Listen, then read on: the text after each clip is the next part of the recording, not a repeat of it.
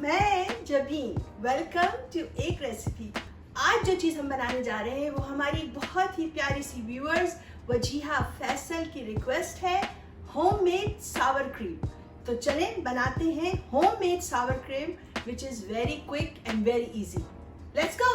तो before I start the process मैं थोड़ा सा एक्सप्लेन करना चाह रही हूँ कि कल्चर्ड मिल्क या कल्चर्ड क्रीम क्या चीज़ होती है। कल्चर्ड मिल्क जिसको योगर्ट कहते हैं, उसको फॉर्म करने के लिए दो तरह के, एक्चुअली मोर देन 2 होते हैं, लेकिन दो जो मेजर बैक्टीरिया हेल्प करते हैं मिल्क को योगर्ट बनाने में, उनमें स्ट्रेप्टोकोकस और बैसिलाई की काइंड है। तो जब हम योगर्ट को मिल्क में इंट्रोड्यूस करते हैं, उनको फूड मिलता है, मिल्क हैप्पी वो होते हैं और फिर वो ग्रो होना शुरू होते हैं और इस तरह वो उस मिल्क को योगर्ट बना देते हैं। इसी तरह जब हम क्रीम में योगर्ट को इंट्रोड्यूस करेंगे तो हमारा क्रीम बन जाएगा और इसलिए सावर क्रीम इसी तरह बनाते हैं कि वो कल्चर्ड क्रीम होता है।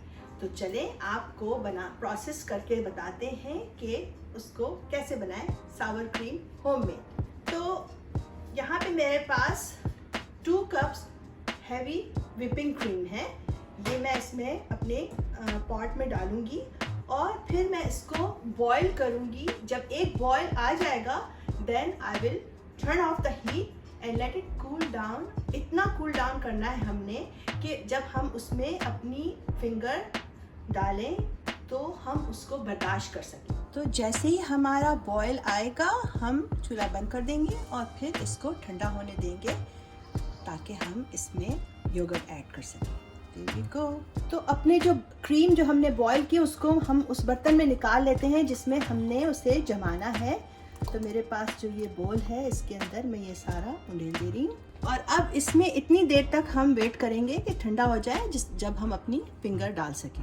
तो ये देखें हमारा जो क्रीम था जो हमने बॉईल करके रखा हुआ था ये कूल इनफ हो गया है और इतना ही मुझे चाहिए, बहुत ज़्यादा हमने इसको रूम टेम्परेचर पे नहीं करना। And it's perfect for me when I touched, इसका टेम्परेचर बिल्कुल सही था। यहाँ पे मेरे पास 1/4 कप प्लेन योगर्ट है, ये मैं इसमें डालूंगी और मैं कोशिश करूँगी कि मैं पूरे बोल में थोड़ा थोड़ा सा करके डिस्ट्रीब्यूट कर दूँ। तो जनाब हमारी इनॉक्यूलेशन हो गई है, मींस हमने अपना बैक्टीरिया इंट्रोड्यूस कर दिया है, अपने क्रीम के साथ अपना कल्चर इंट्रोड्यूस कर दिया है और अब टाइम है इंक्यूबेशन का। जी हाँ, हमारा इंक्यूबेशन पीरियड डिपेंड करता है कि हमें कितनी देर में रिजल्ट देगा।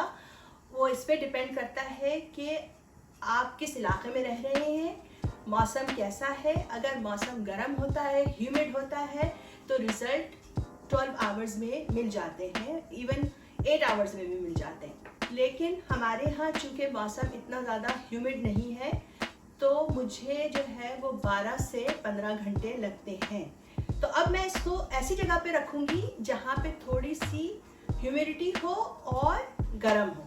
तो बेस्ट तरीका ये है कि अगर आप अवन को अपने खोल बंद नहीं कर रहे हैं बार बार तो उसमें रख दें। तो मैं जो हूँ, मेरे गैराज में एक माइक्रोवेव पड़ा हुआ है जो हम यूज़ नहीं करते और हमारे गैराज में थोड़ा सा गर्म होता है घर के कंपेयर, तो मैं वहाँ रखूँगी और इसमें जो है वो रिजल्ट अच्छा मिलेगा।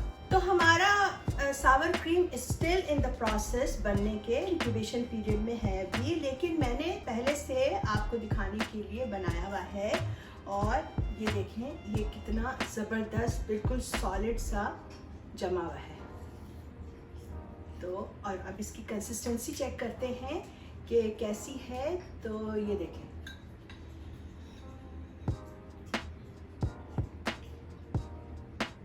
it's really firm and perfectly creamy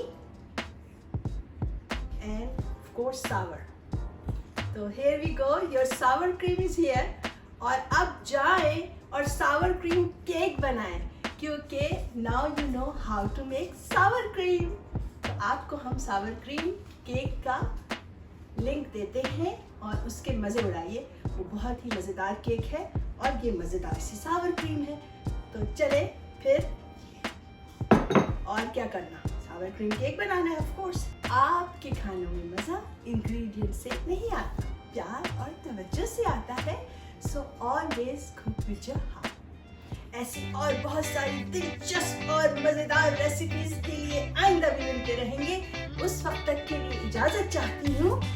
अल्लाह हाफिज। तो वाकई अब मुझे भी सावर क्रीम केक बनाना पड़ेगा।